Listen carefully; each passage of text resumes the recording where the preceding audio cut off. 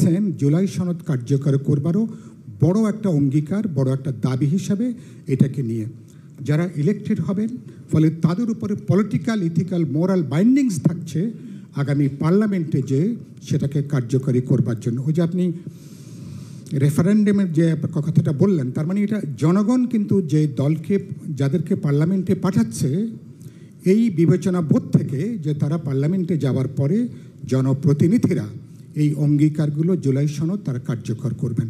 সম্ভবত সেটা মানে তার তাৎপর্য, গুরুত্বটা কোনো অর্থে রেফারেন্ডাম চেয়ে সেটা কম না এটা।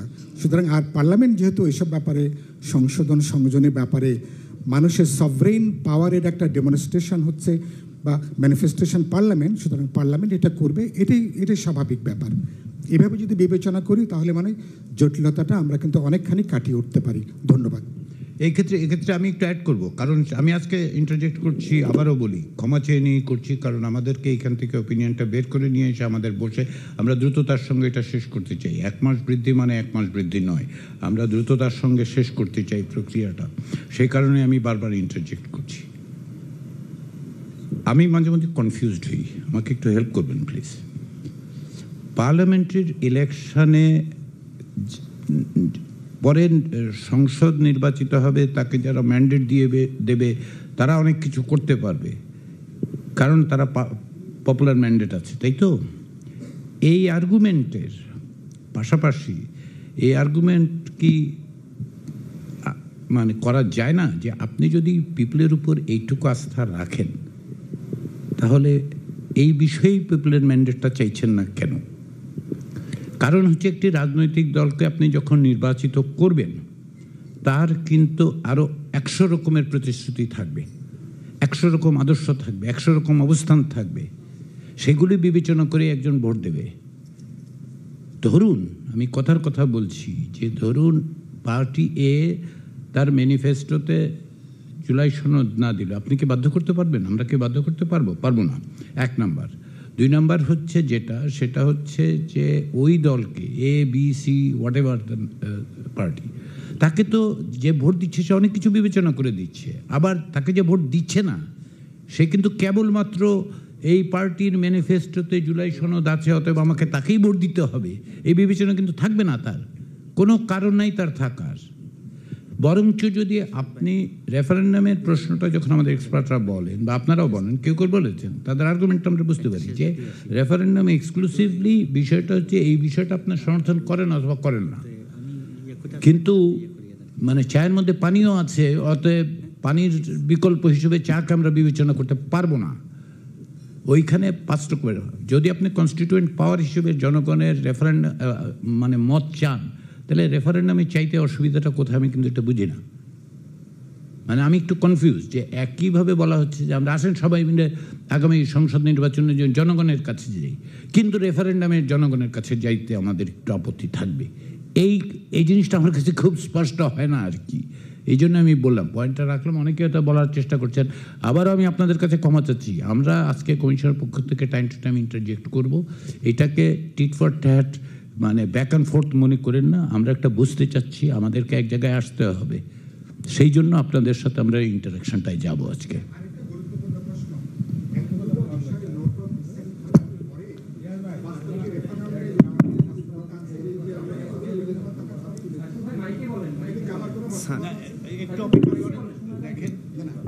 আমি বলেছি যে এতগুলো গুরুত্বপূর্ণ প্রশ্নে নোট অফ ডিসেন্ট থাকার পরে তাহলে আপনি কি নিয়ে আমি রেফারেন্ডামে যাচ্ছি, আমি যেগুলো গ্রহণ করছি সেগুলো নিয়ে, নাকি আমার যেসব ব্যাপারে নোট অফ ডিসেন্ট আছে সেটা সহ যাচ্ছি?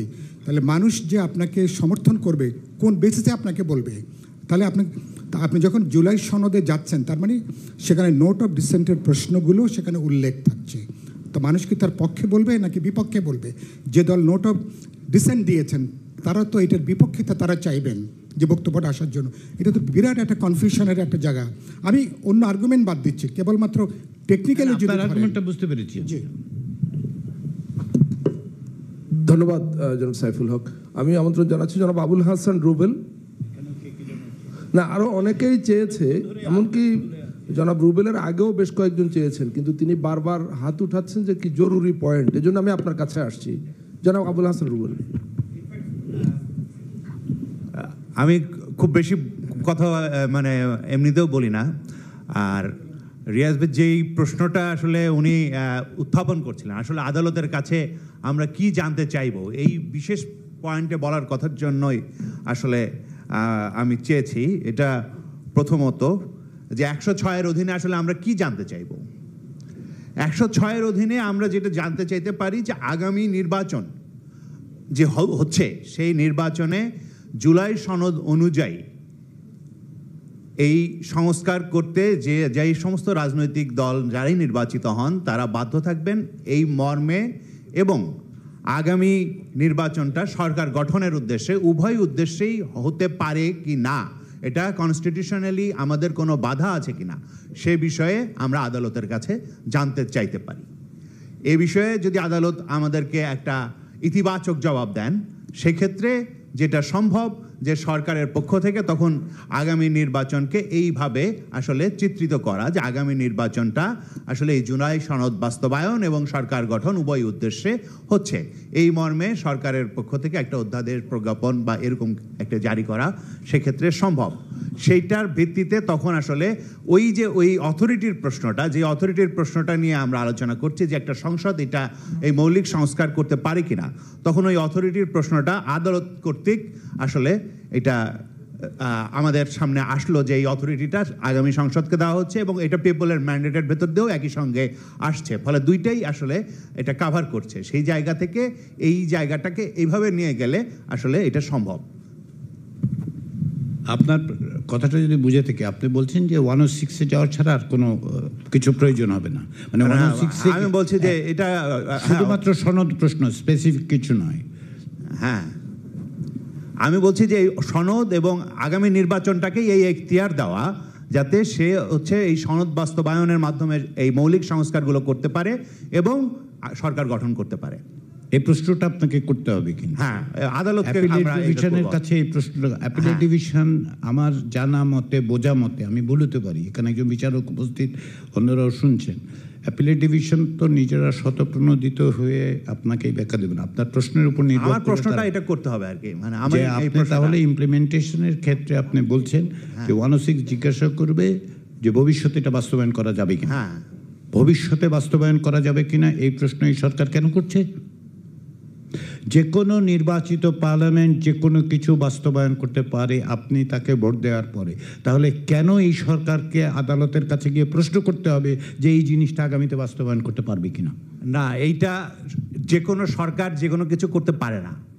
প্রথমত কনস্টিটিউশনালি আপনি মৌলিক পরিবর্তন করতে পারেন না, ফলে আপনি কনস্টিটিউশনের মৌলিক পরিবর্তনের ক্ষেত্রে এখানে যে বিশেষ পরিস্থিতিতে এখানে যে ঐক্যমত্য প্রক্রিয়া হয়েছে সেইটার ভিত্তিতে এইটা করতে পারে কিনা সে বিষয়ে আদালতকে যে এই বিশেষ পরিস্থিতিতে, এটা আমরা তো 106 মানেই যা কনস্টিটিউশনে নাই এক্সেপশন, সেই ক্ষেত্রে ব্যবহার করছি, ফলে এইটা আমি প্রশ্ন করতে পারি। এটা আগামী সরকারের উপরে কোনো আসলে এই সরকার অন্য কি করবে সেটার সাথে কোনো সম্পর্কিত না। জুলাই সনদ অনুযায়ী এটা যেহেতু একটা স্টেট অফ এক্সেপশন থেকে উদ্ভূত পরিস্থিতি, ফলে এইখানে এইটা মানে আমি করতে পারি কিনা এটা আদালতের কাছে আমি ন্যায্যতা চাইবো। এটা হচ্ছে আসলে একটা কনস্টিটিউশনাল ধারাবাহিকতা রক্ষার স্বার্থে আমি এটা করছি।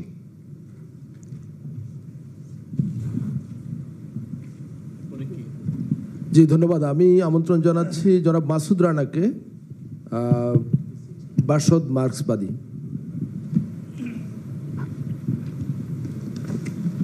জাতীয় ঐকমত্য কমিশনের সহসভাপতি, কমিশনের সদস্যবৃন্দ এবং রাজনৈতিক দলের নেতৃবৃন্দ, সবাইকে আমাদের দল বাসদ মার্ক্সবাদীর পক্ষ থেকে শুভেচ্ছা জানাচ্ছি। আজকে যে বিষয়টা নিয়ে আলোচনা হচ্ছে, তো এই বিষয়ে মানে আমার কয়েকটা বিষয়ে জিজ্ঞাসা আছে। আসলে আমি সেই বিষয়গুলো মানে এটা পরিষ্কার হতে চাইব। কমিশনের সাথে অনানুষ্ঠানিক যে বৈঠকটা অনুষ্ঠিত হয়েছিল, সেই বৈঠকে আমি বলেছিলাম যে জুলাই ঘোষণার আলোকেই এখানে জুলাই সনদ বাস্তবায়ন করা হবে। আলী রিয়াজ স্যার এখন নাই, স্যার বলেছিলেন যে জুলাই ঘোষণার সাথে জুলাই সনদের কোনো সম্পর্ক নাই।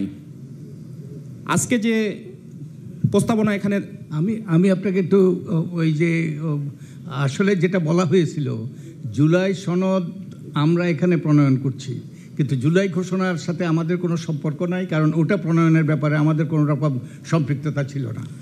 না, এই কথা আমি কেন বলেছিলাম আমি এটা স্পষ্ট করি, কারণ আমি এই কথা বলেছিলাম যে ওই দিন আমি গণভোটের বিষয় নিয়ে যেহেতু পত্রপত্রিকা আলোচনা এসেছিল, সেই প্রেক্ষিতে আমি এই প্রশ্নটা তুলেছিলাম যে প্রথম জুলাই ঘোষণার ভিত্তিতে আমার যেটা আন্ডারস্ট্যান্ড ছিল যে জুলাই ঘোষণার ভিত্তিতেই জুলাই সনদ এটা করা হচ্ছে, কারণ গণভোটের বিষয়টা কিন্তু আমাদের এখন সংবিধানে নাই। আমার এটা জানার ছিল যে এখন তো জুলাই ঘোষণার বিষয়টা সংবিধানে, এই গণভোটের বিষয়টা সংবিধানে নাই। আরেকটা বিষয় হচ্ছে যে জুলাই ঘোষণার এখানে 25 নম্বর আর্টিকেলে এখানে কিন্তু বলা হয়েছে যে বাংলাদেশের জনগণ যুক্তিসঙ্গত সময়ে আয়োজিতব্য অবাধ, সুষ্ঠু ও নিরপেক্ষ একটি নির্বাচনের মাধ্যমে গঠিত জাতীয় সংসদে প্রতিশ্রুত প্রয়োজনীয় সাংবিধানিক সংস্কারের মাধ্যমে দেশের মানুষের প্রত্যাশা, বিশেষত মানে তাদের আকাঙ্ক্ষা অনুযায়ী বৈষম্য মূল্যবোধ সম্পূর্ণ সমাজ এবং গণতান্ত্রিক রাষ্ট্র ব্যবস্থার অভিপ্রায় ব্যক্ত করছে। আমি বলেছিলাম যে যেহেতু সংবিধানেও নাই এবং আমাদের যে জুলাই ঘোষণা সেই জুলাই ঘোষণাও নাই, তাহলে গণভোট মানে বলা হয়েছে নির্বাচিত সংসদে এটা কার্যকর করা হবে। এটা যদি করতে হয় তাহলে তো জুলাই ঘোষণা, যেহেতু সরকার এই জুলাই ঘোষণা ডিক্লেয়ার করেছে, তাহলে এই জুলাই ঘোষণার তো একটা সংশোধন আনতে হবে যে গণভোটের মাধ্যমে এই যে যা প্রস্তাবনা আমরা করছি, মানে একটা ডিক্লারেশন আমরা দিলাম, যদিও এই ডিক্লারেশনের সাথে আমাদের সম্পর্ক নাই, এটা আমি আগেও বলেছি যে এই বিষয়গুলো নিয়ে রাজনৈতিক দলগুলোর বেশিরভাগই মতামত নেওয়া হয়নি এবং জুলাই ঘোষণার অনেক বক্তব্য মানে সেগুলো আসলে মানে সমালোচনাযোগ্য। তারপরে আমি বলেছি যে এই বিষয়টা স্পষ্ট করা দরকার। আজকে দেখেন আপনারা যখন বলছেন যে 22 আর্টিকেলের অনুযায়ী এটা হবে, তাহলে 22 আর্টিকেল এখানে যদি অনুযায়ী এটা করেন, আমি পজিটিভলি বলতে চাচ্ছি যে 22 আর্টিকেল অনুযায়ী যদি করেন, কেউ যদি 25 আর্টিকেল অনুযায়ী এই প্রশ্নটা তুলে যে আপনারা জুলাই ঘোষণার 22 ধারা অনুযায়ী এটা করছেন, তো 25 নম্বরেই তো আপনারা বলছেন যে নির্বাচিত সংসদ এটা করবে, তাহলে গণভোট আপনারা কিভাবে কার্যকর করছেন, আপনারা কিভাবে কনস্টিটিউশনাল অর্ডার দিচ্ছেন, এটা তো একটা ব্যাখ্যা দিতে হবে। ফলে আমরা মানে আমাদের দলের দিক থেকে যে কথাটা বলতে চাই সেটা হচ্ছে যে অবশ্যই এই জুলাই সনদ বাস্তবায়িত হোক, এই জুলাই সনদের একটা ভিত্তি থাকুক, যে ভিত্তির মধ্য দিয়ে এটা অবশ্যই বাস্তবায়ন করতে প্রত্যেকটা দল অঙ্গীকারবদ্ধ থাকবে। কিন্তু সেই বাস্তবায়নের ব্যাপারটা মানে এরকম চ্যালেঞ্জের মুখে যদি পড়ে, আমরা এমন একটা প্রস্তাব করলাম যে প্রস্তাবের মধ্য দিয়ে খুব দ্রুত একটা চ্যালেঞ্জের মুখে পড়লো, সেটা তো আমাদের জন্য আকাঙ্ক্ষিত না। আমরা তো চাই এই 2 মাস ধরে আমরা এই বিষয়গুলো নিয়ে আলোচনা করেছি এবং গণ অভ্যুত্থানের মধ্য দিয়ে যে রাষ্ট্র সংস্কারের আকাঙ্ক্ষা আমরা এই দেশে ব্যক্ত করেছি এবং তার পরিপূরকভাবে আমরা রাষ্ট্রের সংস্কার নিয়ে আমরা বহু ধরনের আলোচনা করি। তাহলে সেই সংস্কার আমরা চাই, প্রাণপণে চাই, এবং আমরা চাই যে বাংলাদেশ যেভাবে গত 15 বছর পরিচালিত হয়েছে, শুধু 15 বছর না, গত 54 বছর যেভাবে পরিচালিত হয়েছে সেভাবে পরিচালিত হবে না, এটাই আমাদের আকাঙ্ক্ষা। কিন্তু সেই আকাঙ্ক্ষা বাস্তবায়ন করতে হলে সেটাই মানে সেই সুরক্ষা দিতে হবে, যাতে প্রশ্ন তুলে দেওয়া না যায়। এখন আপনি যে প্রস্তাবটা করেছেন, আজকে যে প্রস্তাবনা এসেছে, আপনি কিন্তু জুলাই ঘোষণা অবশ্যই করতে হবে, কারণ একটা ডিক্লারেশন আপনি কিছুদিন আগে দিয়েছেন, সেই ডিক্লারেশনকে আপনি ভায়োলেট করে একটা কিছু করবেন কিভাবে? অথচ এই ডিক্লারেশনে দেখেন আমরা জুলাই ঘোষণা করলাম, বাংলাদেশে একটা জুলাই ঘোষণা হলো, সেই ডিক্লারেশন নিয়ে জনগণের সভরেন উইলের কথা বলা হচ্ছে। বারবার আমরা বলছি যে সভরেন উইল, জনগণের মতামত তো দূরে থাক, আমরা যদিও বলছি যে রাজনৈতিক দলগুলো মানেই হচ্ছে জনগণের মানে সার্বভৌমত্ব বা সার্বভৌম ইচ্ছা প্রকাশ রাজনৈতিক দলের মধ্যে দিয়ে প্রকাশিত না, সেখানে একটা ঘোষণা কিন্তু রাজনৈতিক দলগুলোরও মতামত নেওয়া হলো না। তো এটা কার্যকর করার মধ্য দিয়ে এখন একটা জুলাই সনদ বাস্তবায়ন করতে গিয়ে এখন কিন্তু এটা নিয়ে প্রশ্ন উঠে যাবে এবং আপনারা করেন 22 ধারা অনুযায়ী 25 ধারা নিয়ে যে কেউ চ্যালেঞ্জ তুলবে, তাহলে এর মধ্যে কি আমরা ঢুকতে পারবো? আমি যে কথাটা বলতে চাই, দেখেন আমাদের কোনো একটা আইনি সুরক্ষা দেওয়া নিয়ে আমাদের কোনো প্রশ্ন না, এটা অবশ্যই নির্বাচিত সংসদে এটা কার্যকর করতে হবে, কিন্তু ওয়েটা কি হবে?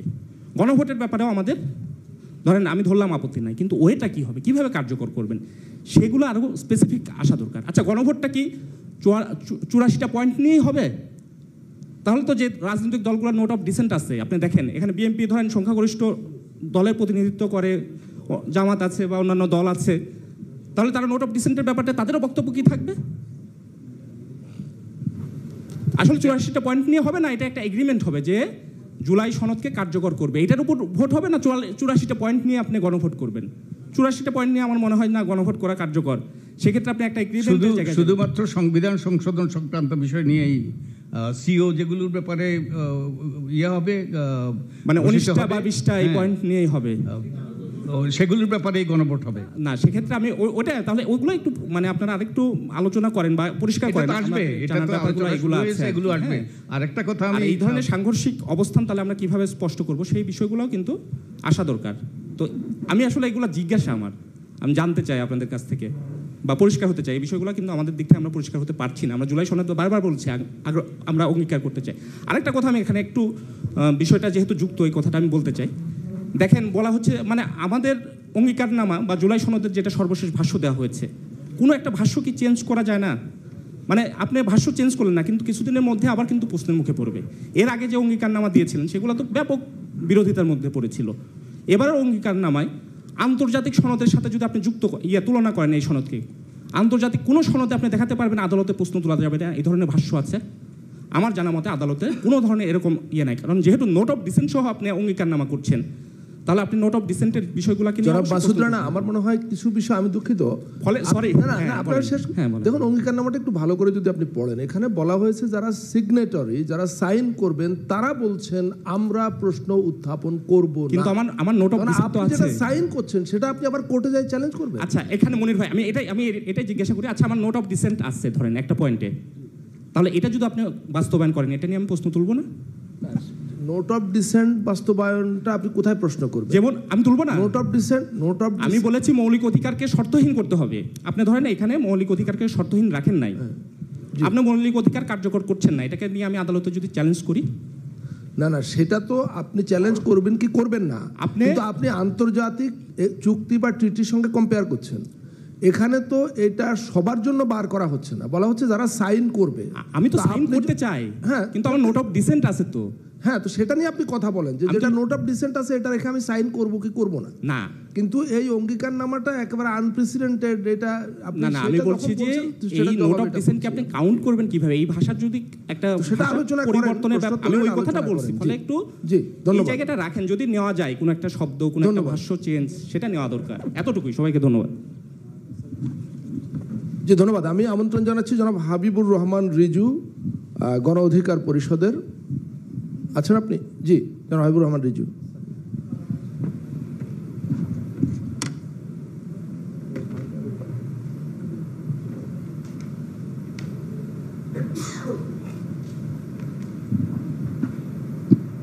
ঐকমত্য কমিশনের আজকের সভার সভাপতি, উপস্থিত নেতৃবৃন্দ,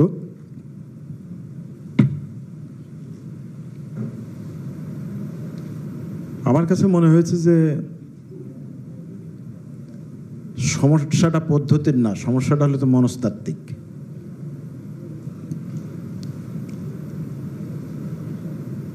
এই সরকার 1 বছরের অধিক ক্ষমতায় আছে কেন?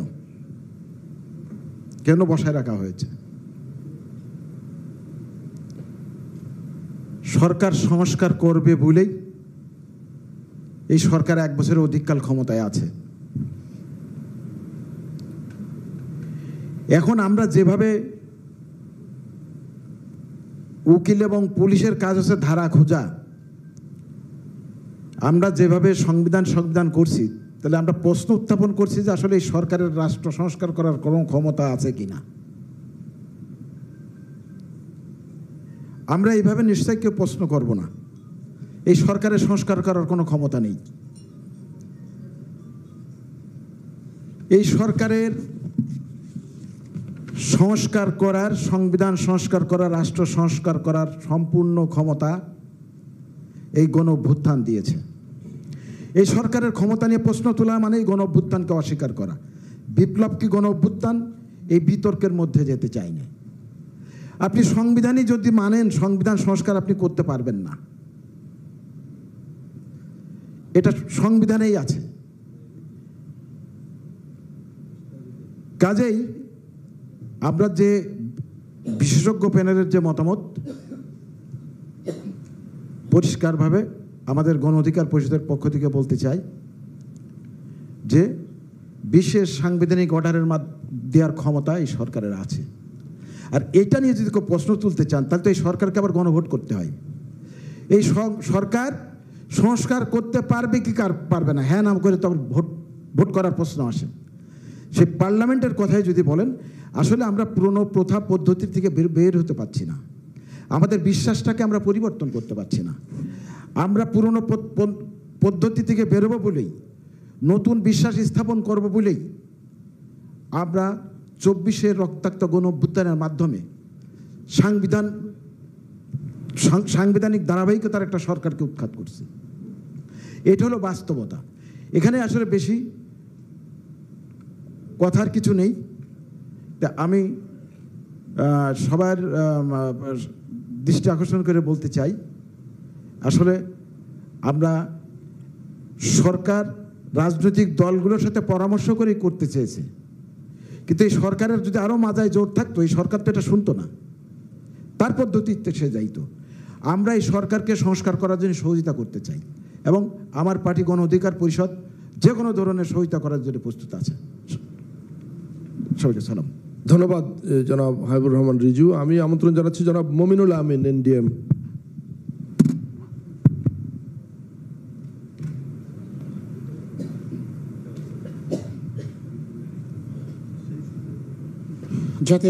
জাতীয় ঐক্যমত্য কমিশনের মাননীয় সহসভাপতি, উপস্থিত রাজনৈতিক নেতৃবৃন্দ, সকলকে শুভেচ্ছা।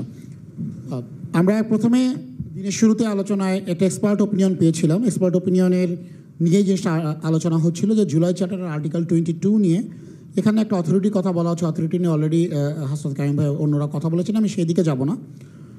আমি একটু জানতে চাচ্ছি আসলে, মানে একটু আসলে আবার বিস্মিত হয়েছি, কারণ এক্সপার্টরা যখন মতামত দিয়েছেন আর্টিকেল 22-তে বাংলা যেটা করা আছে যে নিয়মতান্ত্রিক উপায়ে বিদ্যমান সংবিধান ও সকল রাষ্ট্রীয় সাংবিধানিক প্রতিষ্ঠানের গণতান্ত্রিক সংস্কার সাধন। নিয়মতান্ত্রিক উপায়ের ব্যাখ্যাটা কি এটা ইচ্ছা করে ইগনোর করা হয়েছে, নাকি আসলে এটাকে ওভারলুক করা হয়েছে, মানে বা এটাকে আসলে ব্যাখ্যায় আমলেই নেওয়া হয়নি, কগনিজেন্সেই নেওয়া হয় নাই, সেটা একটা বড় প্রশ্ন। কারণ আমরা যদি এই জুলাই ঘোষণাপত্র কথাই আমরা আসি, তাহলে অলরেডি মাসুদ রানা ভাই বলেছেন আর্টিকেল 25 এবং আর্টিকেল 27-এ কিন্তু এই বাস্তবায়ন পদ্ধতিটা জাতীয় সংসদে প্রতিষ্ঠিত প্রয়োজনীয় সাংবিধানিক সংস্কারের মাধ্যমে এই কথাটা অলরেডি বলা রয়েছে। তো একটা কন্ট্রাডিক্টরি পজিশন, দ্বিচারিতা বাংলা যদি আমরা বলে থাকি। এক নম্বর হচ্ছে আর্টিকেল 22 নিয়ে কথা বললাম, নিয়মতান্ত্রিক উপায়ে যে সংবিধান সংস্কারের কথা বলা হচ্ছে আমরা এটাকে কগনিজেন্সে আমলেই নিলাম না। হ্যাঁ, আর নিয়মতান্ত্রিক উপায়টা ঘোষণাপত্রে অলরেডি জাতীয় প্রতিশ্রুত প্রয়োজনীয় সাংবিধানিক সংস্কার, যেটা জাতীয় সংসদে, এটা কিন্তু বলা রয়েছে। তাহলে এটার ব্যাখ্যা আসলে কী হবে? এরকম একটা জটিল পরিস্থিতিতে আজকের আলোচনা হবে, এটা আসলে প্রত্যাশিত ছিল না। আমাদের আগের অবস্থানই ঠিক আছে। আর অনেকেই বলছেন যে এই সরকারের পূর্ণ অধিকার হচ্ছে সংবিধান সংস্কার করার, এটা আসলে মানে আইনগতভাবে সঠিক কথা নয়। না, এই সরকার চাইলেই সংবিধান পরিবর্তন করে ফেলতে পারেন না, সেটার একটা প্রয়োজনীয় লিগ্যাল প্রসেস রয়েছে। আর এখান থেকে ঐক্যমত্য কমিশন থেকে বারবার ইনোভেশনের কথা বলা হচ্ছিল। ইনোভেশনের আসলে খুব জায়গা খুব কম। তবে আমাদের দলের থেকে একটা প্রস্তাব আমরা দিতে পারি যে আগামী জাতীয় সংসদ নির্বাচনে যে রাজনৈতিক দলগুলো অংশগ্রহণ করবে তারা নির্বাচনে যখন নির্বাচন কমিশনে একটা অঙ্গীকারনামা দিতে পারে, যে অঙ্গীকারনামায় উল্লেখ করা থাকবে তারা যদি নির্বাচিত হয় প্রয়োজনীয় ম্যান্ডেট তারা পায়। এই যে জুলাই জাতীয় সনদে তারা যখন স্বাক্ষর করবে ঐক্যমতের বিষয়গুলো, এবং তারা যেই বিষয়ে নোট অফ ডিসেন্ট দিয়েছে, নোট অফ ডিসেন্টে তাদের ভাষা অনুযায়ী, হ্যাঁ, নোট অফ ডিসেন্ট তাদের ভাষা অনুযায়ী এই নোট অফ ডিসেন্টগুলো তারা সেভাবে বাস্তবায়ন করবে। নির্বাচন কমিশন একটা অঙ্গীকার নামতে পারে, নির্বাচন আছে দলগুলোকে নিবন্ধন নির্বাচন কমিশনের দায়বদ্ধতা আসতে পারে। কীভাবে আসতে পারে? এটা এক্সপার্ট ওপিনিয়ন, এটা হচ্ছে নিয়ম, এটা একটা প্রস্তাব আমরা রাখতে পারি।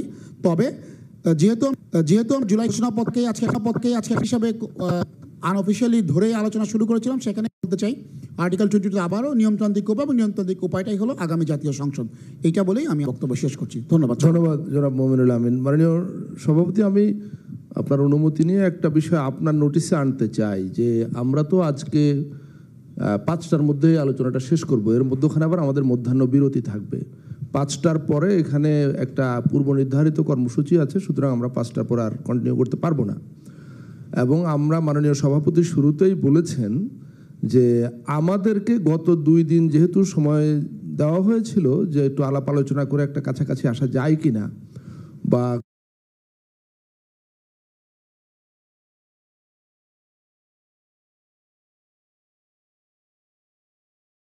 আলোচনা করলাম প্রায় 1.5 ঘন্টা। কেউ কেউ ব্যতিক্রমীভাবে তাদের পূর্ব অবস্থান থেকে সরে এসে একটু নতুন জায়গা খোঁজার চেষ্টা করেছেন, এটা দৃশ্যমান। কিন্তু অনেস্টলি আমি আমার জায়গা থেকে দেখি যে ঘুরিয়ে পেঁচিয়ে আমরা প্রায় বেশিরভাগ আমাদের আগের অবস্থানেই থেকে যাচ্ছি।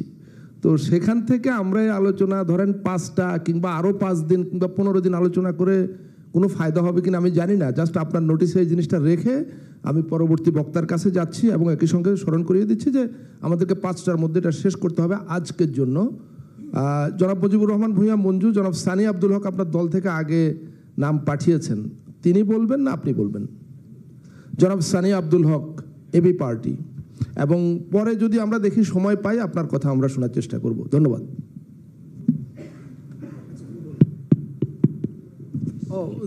জি, জনাব মুজিবুর রহমান ভূঁইয়া মঞ্জু, সভাপতি এবি পার্টি। আচ্ছা, ধন্যবাদ। আজকে কমিশনকে একটু বামপন্থী মনে হচ্ছে, কারণ বাম দিকেই বেশি দৃষ্টি। সেই জন্য আমি একটু মধ্যখানে এসে বসলাম, যাতে একটু মধ্যপন্থী পজিশন আপনারা নিতে পারেন আর কি। আপনি বাম লাইটার ওয়েনে কথাবার্তা হচ্ছে, এতদিন বামপন্থী ছিলেন, এখন ডানপন্থী হচ্ছেন না, মধ্যপন্থী। আচ্ছা, যাই হোক। জি, তো আমরা আসলে সর্বশেষ যে কথাটা এসেছে যে বিশেষজ্ঞদের যে মতামতটা নেওয়া হয়েছে, এটার জন্য ধন্যবাদ। তবে আজকে যদি আমরা স্পেশাল কনসিডারেশনে বিশেষজ্ঞদেরকে এখানে রাখতে পারতাম, তাহলে আমাদের প্রশ্নগুলোর আরেকটু ক্লারিফিকেশন ভালো হতো। আমরা কিন্তু বলেছি, আমরা কিন্তু আমাদের পজিশন কখনো চেঞ্জ করব না, আপনারা যত কথাই বলেন। এবি পার্টির পজিশন ফিক্সড, সেটা হচ্ছে আমরা ফ্লেক্সিবল। সুতরাং এই জায়গা থেকে আমরা সবসময় মনে করি যে আমরা যদি ফ্লেক্সিবল না হই তাহলে সমাধানে পৌঁছাতে পারবো না। এখানে মৌলিক বিতর্ক, যেখানে আমরা সবাই একমত হয়ে গেছি with some note of dissent. কেউ কেউ প্রশ্ন তুলেছেন নোট অফ ডিসেন্টের কী হবে? আরে ভাই, নোট অফ ডিসেন্ট আছে বলেই তো গণভোটে যাচ্ছি, এবং গণভোট হচ্ছে সুপ্রিম।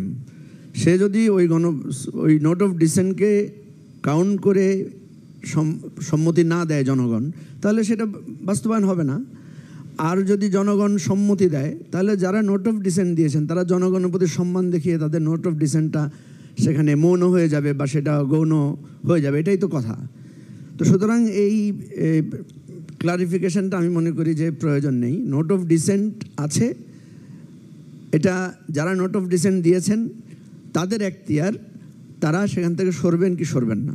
কিন্তু যখন এটা জনগণের একটা রায় আসবে, তখন তো ওনারা সেটা অবশ্যই মেনে নেবেন এবং এটাই মানা উচিত, সেটা আমি মনে করি।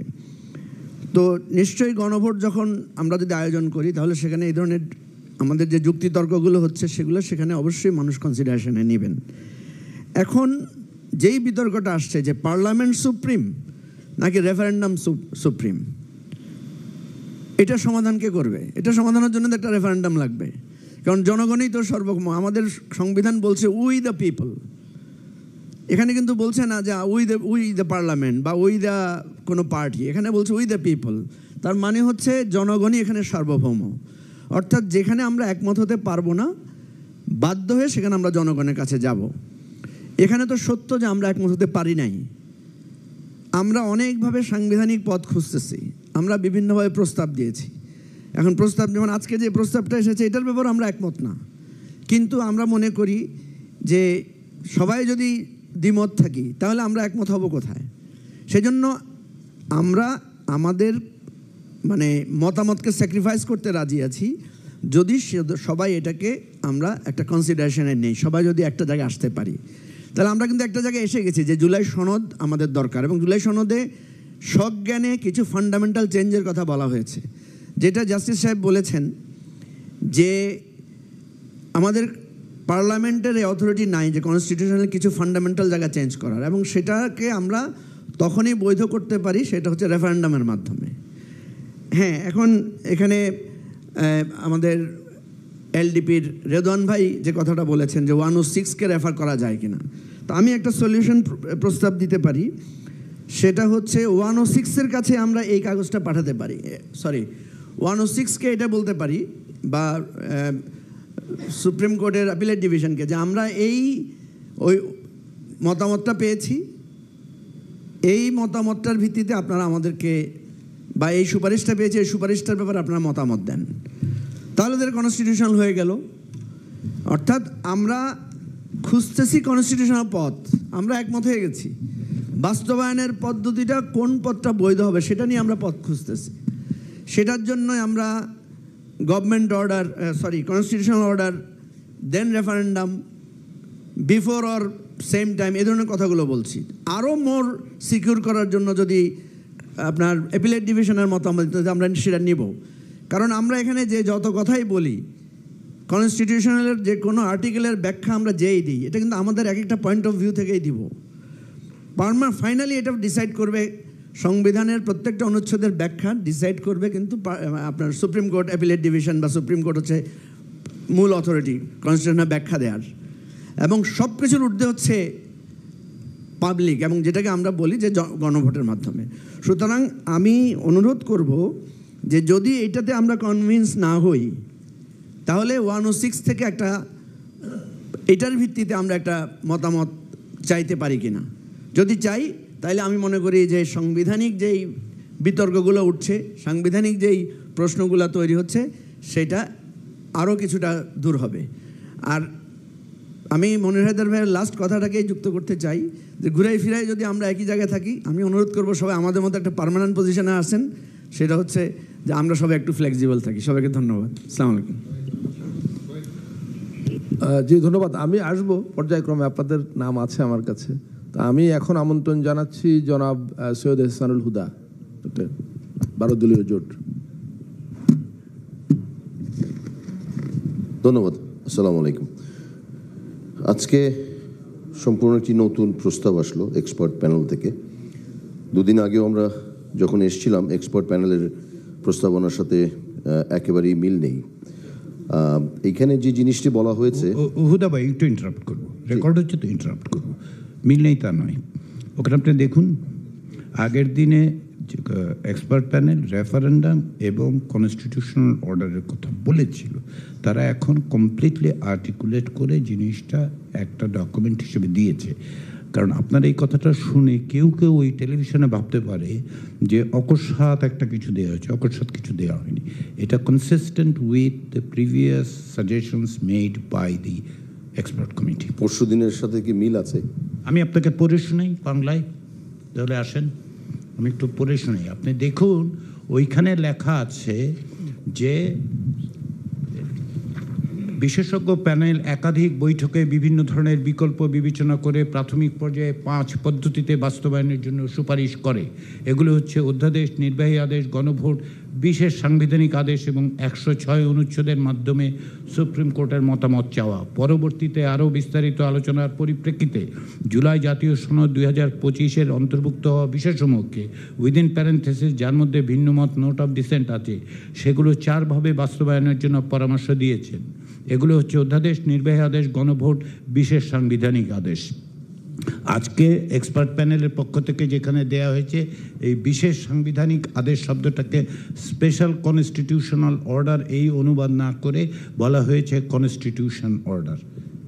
গণভোটের কথা আছে, if the CO receive the assent of the people through a referendum it will be validated with effect from the date of enactment. ফলে এক্সপার্ট প্যানেল অকস্মাৎ কিছু বলে নাই। না ঠিক আছে, আপনি যেটা বললেন সেখানে তারা অন্য যেই আরও প্রস্তাব 4টি প্রস্তাব থেকে সরে এসে একটি ব্যাপারে স্পেসিফাই করেছেন আজকের এই প্রস্তাবনায়। সেখানে তারা জুলাই সনদের কথা বা জুলাই ঘোষণাপত্রের কথা বলেছেন, 22 আর্টিকেল। বাট আমরা যদি 27 নম্বরটাকে দেখি তাহলে এইটাই তো এখানে সাংঘর্ষিক, এটা বাস্তবায়নযোগ্য নয় 27-এর সাথে। বাংলাদেশের জনগণ এই অভিপ্রায় ব্যক্ত করেছে, যে আমিন অলরেডি এক্সপ্লেইন করেছে, এইখানে এটা সাংঘর্ষিক হয়ে যাচ্ছে। এর বাইরে আমরা যেমন বারবার আপনাদেরকে অনুরোধ করেছিলাম যে ওনারা কারা, ওনারা আমাদেরকে প্রস্তাব দিচ্ছেন, আমরা মঞ্জু ভাইও বলেছেন আমরা ওনাদের সাথেও বসতে চাই। আমরা এখন পর্যন্ত ওইভাবে জানি না যে এক্সপার্ট প্যানেল কারা। সেই জায়গা থেকে আমি সেদিন উত্তর দিয়েছি, আপনি পুরনো প্রসঙ্গে ফিরে যাচ্ছেন। I am sorry to interrupt you, I am sorry, I truly apologise. ওনাদের নাম পত্রিকা ছাপা হয়েছে, আমি এখানে বলেছি কমিশনের এই অথরিটি অ্যান্ড রাইটস আছে আমি এটা অ্যাসার্ট করছি যে আমরা এক্সপার্ট প্যানেল তৈরি করে কথা বলবো। আপনারা অনুরোধ করেছেন আসার জন্য, কমিশন সেটা বিবেচনা করেছে, কিন্তু কমিশন মনে করছে যে কমিশনকে তারা যে পরামর্শ দিয়েছে সেই পরামর্শ আপনাদের কাছে আমরা উপস্থাপন করছি। ব্যক্তিগতভাবে বা কোনো প্যানেলকে আঘাত করার মধ্য দিয়ে আপনি কিছু অর্জন করবেন না, কিন্তু করতে চাইলে করতে পারেন। আপনি সেদিনও প্রশ্নটা তুলেছেন, I want to keep the integrity of this panel, কারণ হচ্ছে তাদের এক্সপার্টে 2 জন সাবেক বিচারপতি, 3 জন আপনার আইনজীবী এবং 1 জন ল ফ্যাকাল্টির ডিন, দীর্ঘদিন যাবৎ যিনি প্রফেসরের দায়িত্ব পালন করছেন। আপনি এরা কারা এরকমভাবে প্রশ্ন করলে তো এটা আহত হওয়ার জন্য। আপনি কি প্রশ্ন তুলছেন যে আমাদের এই কমিশনের এই যোগ্যতা নেই যে আমরা যোগ্য লোক খুঁজে বের করতে পারবো? না, আমি যেটা বলছি, আপনি তো কথার মাঝখানে ইন্টারাপ্ট করছেন, যে এই যে প্রশ্ন আসছে তো এর জন্যই বলছি যে মঞ্জু ভাই বললেন যে শুধু এই প্রস্তাবটা নিয়ে আমরা 106 বা সুপ্রিম কোর্টে যেতে পারি। আমরা রাজনৈতিক দলগুলো কিন্তু আরও কিছু প্রস্তাবনা দিয়েছি। আমরা একটা মতামত জানতে চাওয়ার জন্য সুপ্রিম কোর্টে যাওয়ার কথা বলেছি 106-এর অধীনে, যেভাবে এই সরকারটা, এটা তো সাংবিধানিক সরকার, এই প্রশ্নগুলো এসে যাচ্ছে। এখানে বলা হয়েছে 2-1 দিন আগেও 106-কেও চ্যালেঞ্জ করা হচ্ছে, সো এটা চ্যালেঞ্জ হতে পারে। এই সমস্ত কারণেই কিন্তু এই প্রশ্নগুলো করছি, যে আমাদের সর্বসম্মতভাবে যদি আমরাও এই সিদ্ধান্তে যুক্ত হতে পারতাম তাহলে হয়তো বা এই প্রশ্নগুলো আসতো না। যে এখন এই জায়গাটাই যদি শুধু আমরা নিয়ে যাই তাহলে দেখা যাচ্ছে যে আমরা যে আলোচনাগুলো করলাম, আপনাদের কাছে যেই মতামতগুলো পেশ করলাম, সেটার বাইরে যে শুধুমাত্র এক্সপার্ট প্যানেলের মতামতটাই আমরা 106 সুপ্রিম কোর্টে নিয়ে যাচ্ছি। সুপ্রিম কোর্টের একটি সাংবিধানিকভাবেই তারা এখানে আছেন, তাদের কাছে আমরা মতামত জানতে চেয়েছি যে আইনগত একটা ভিত্তি কিভাবে বাস্তবায়নযোগ্য। এই জায়গাটাতে যেমন 22 যেটা বলেছেন 27-এর সাথে সাংঘর্ষিক হয়ে যাচ্ছে, সো বাস্তবায়নের ক্ষেত্রে তো বাধা হয়ে দাঁড়াবে। তা আমরা সুপ্রিম কোর্টে যেতে অনীহা আছে অনেকের, এবং সেইখানেও কোন প্রস্তাবগুলো নিয়ে যাব সেটার ব্যাপারেও তো আমাদের মধ্যে দ্বিমত আছে। আমি প্রশ্নটা এর জন্যই আপনাকে করেছি যে আমরা যদি ওনাদের সাথে বসে ওনাদের মতামতগুলোও শুনতে পারতাম, আমাদের জন্য অনেক বেশি সুবিধা হতো। আমরা তো এই সনদ যেটা আপনারা দিয়েছেন সেটা বাস্তবায়ন করতে চাই ঐক্যমতের ভিত্তিতেই। এখানে কারো আপনাদের এখতিয়ার নিয়েও প্রশ্ন তুলছি না, ওনারা যারা এক্সপার্ট ওপিনিয়ন দিয়েছেন তাদের যোগ্যতা নিয়েও প্রশ্ন তোলা হচ্ছে না, কিন্তু যাতে এই প্রশ্নগুলো না আসে। কারণ আমি তো এই জায়গায় মনে করছি যে আপনি যদি এটা পাঠান শুধু মঞ্জু ভাইয়ের যে ফ্লেক্সিবল ওনাদের অবস্থান, তাহলে এইটা তো সকলের মতামত না, এটা শুধুমাত্র এক্সপার্ট প্যানেলের মতামত। আমরা বলেছি যেগুলো আশু বাস্তবায়নযোগ্য, আমরা বলেছি এই কথাগুলো রিট্রেট করা দরকার নেই, বাট আমরা সর্বশেষ বলেছি আইনি ভিত্তি দেওয়ার জন্য আমরা ওপিনিয়ন চাই সুপ্রিম কোর্টের। কিভাবে চাই সেটা গণভোট সাধারণত নির্দিষ্ট বিষয়ে হয়। কতটি বিষয়ে আমরা গণভোট করব? 84টা, 19টি মৌলিক বা 20টি মৌলিক বিষয়ে?